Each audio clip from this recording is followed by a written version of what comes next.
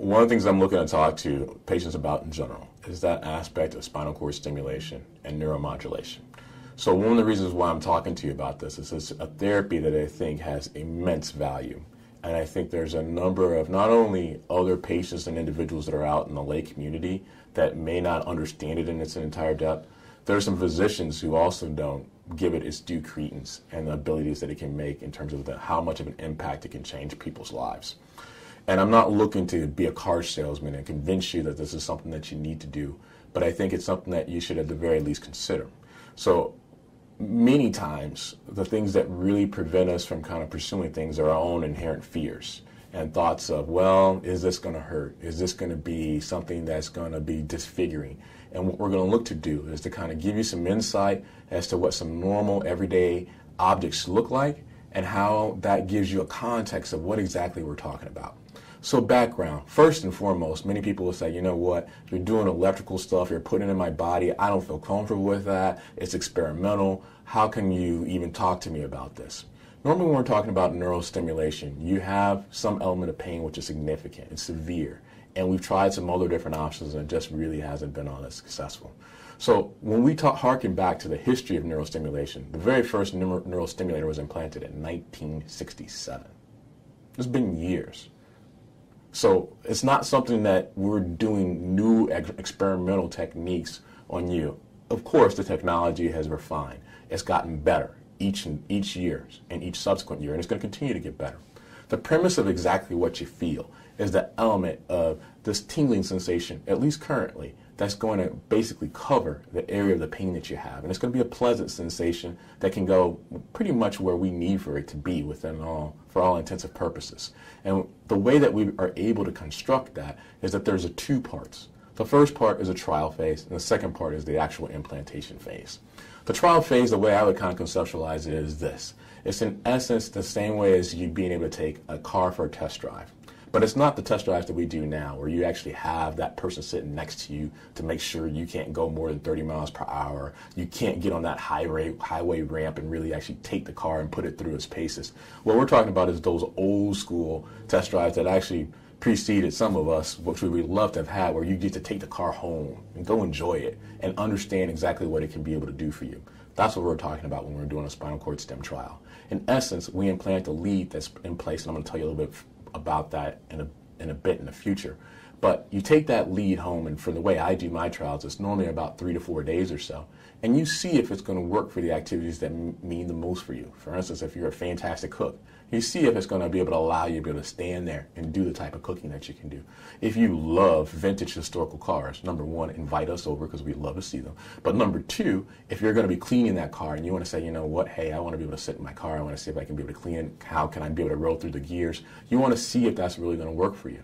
You know, number three, hopefully I won't talk about sports teams because I don't want to go down too much towards my historical one, but let's say that you're an avid sports fan and you want to be able to watch and enjoy a good grilling, number one, actually number two, call us over for that food. But what we really want is to be able to see if you can be able to enjoy that activity. Can you be able to last through it? And that's what a trial can be able to allow you to be able to do. So when we talk about a trial, I'm going to show you some of the common objects that we utilize in order to get that trial in place, what you're going to utilize as a patient to be able to adjust it. And then after that, we'll talk about the aspects of permanent implantation and what that really entails. So most of you, if we're talking about this video, have been to the context of us looking at an epidural or something along those lines. And when we do that epidural, you know that we utilize a needle in order to get into place. And for this, it's the same type of context. What we're going to do is show you the element of what the needle is that we utilize. It's this green tip hub that's right here.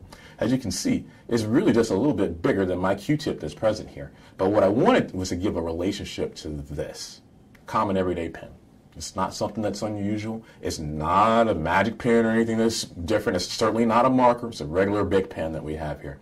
When you take a look, the length isn't much different, so it's not that big of a needle.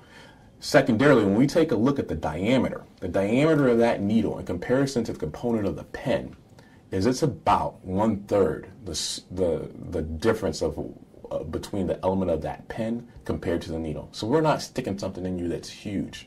Through this, and I don't want to make it sound corny, we can be able to do something that's almost magical in nature. We can be able to thread a lead in place to place it in that area inside the spinal cord of where we need for it to be. And I'm going to show you that in a second or so.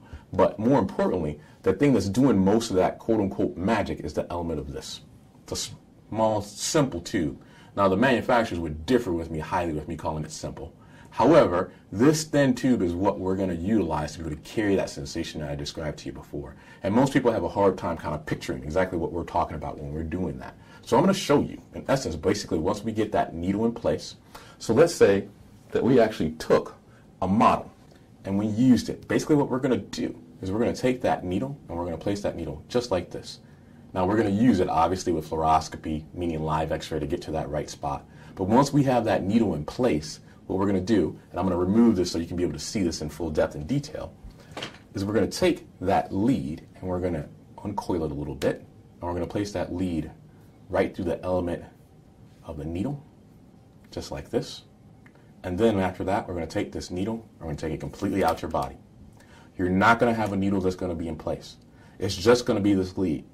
And what we're going to do is we're going to affix it to your skin a little bit with a soft anchor that allows it to stay there, and it's going to be mobile. We're not talking about keeping it there with something that's going to be painful or anything there, but we need for it to stay in place because you have to do all these different activities, everything from the cooking, which you're going to invite us over for, or the component of being able to utilize that car, which you're going to invite us over for, or the component of being able to watch that sports game, which you're going to invite us over for.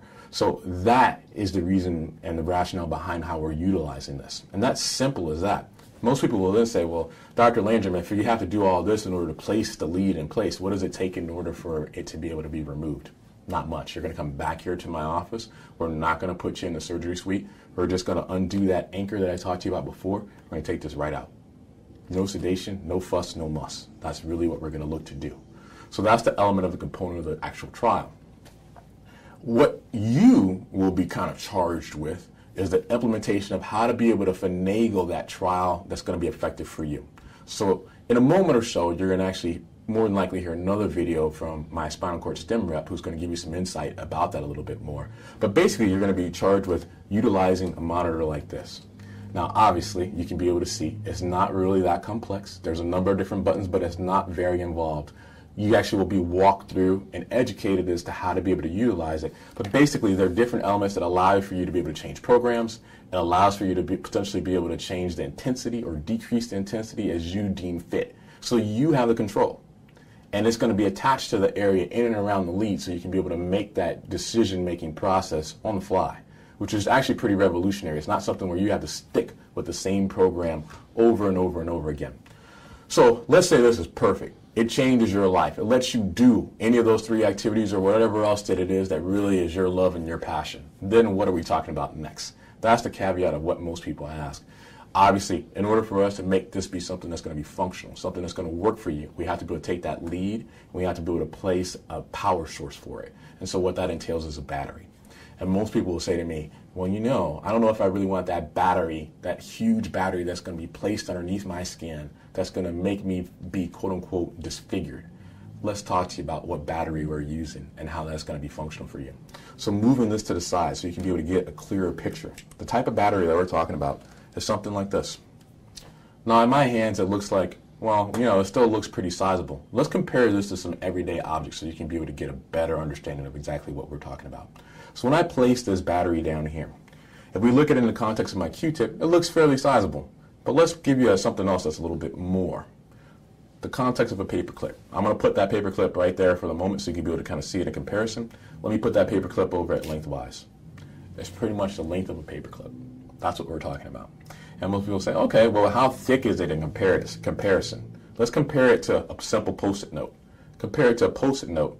Post-it note is way wider, way wider. We lay the battery over it, and we can see we probably have a third of the Post-it note left over, at least in terms of the width, and certainly in terms of the component of the height. That's what we're looking at when we're talking about utilizing a battery.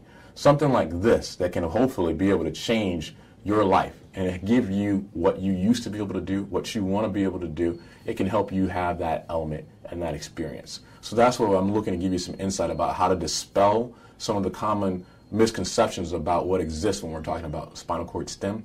And one of the things that we'll do is we kind of walk you through this whole spiel and gist is we're going to give you some information about how that relates not only to you but to other patients that have had it done and puts you in the ability to be able to discuss and have a further talk with them about how it's worked for them. Am I going to sit here and tell you that it's worked for everyone? No. But could it potentially work for you? It certainly could.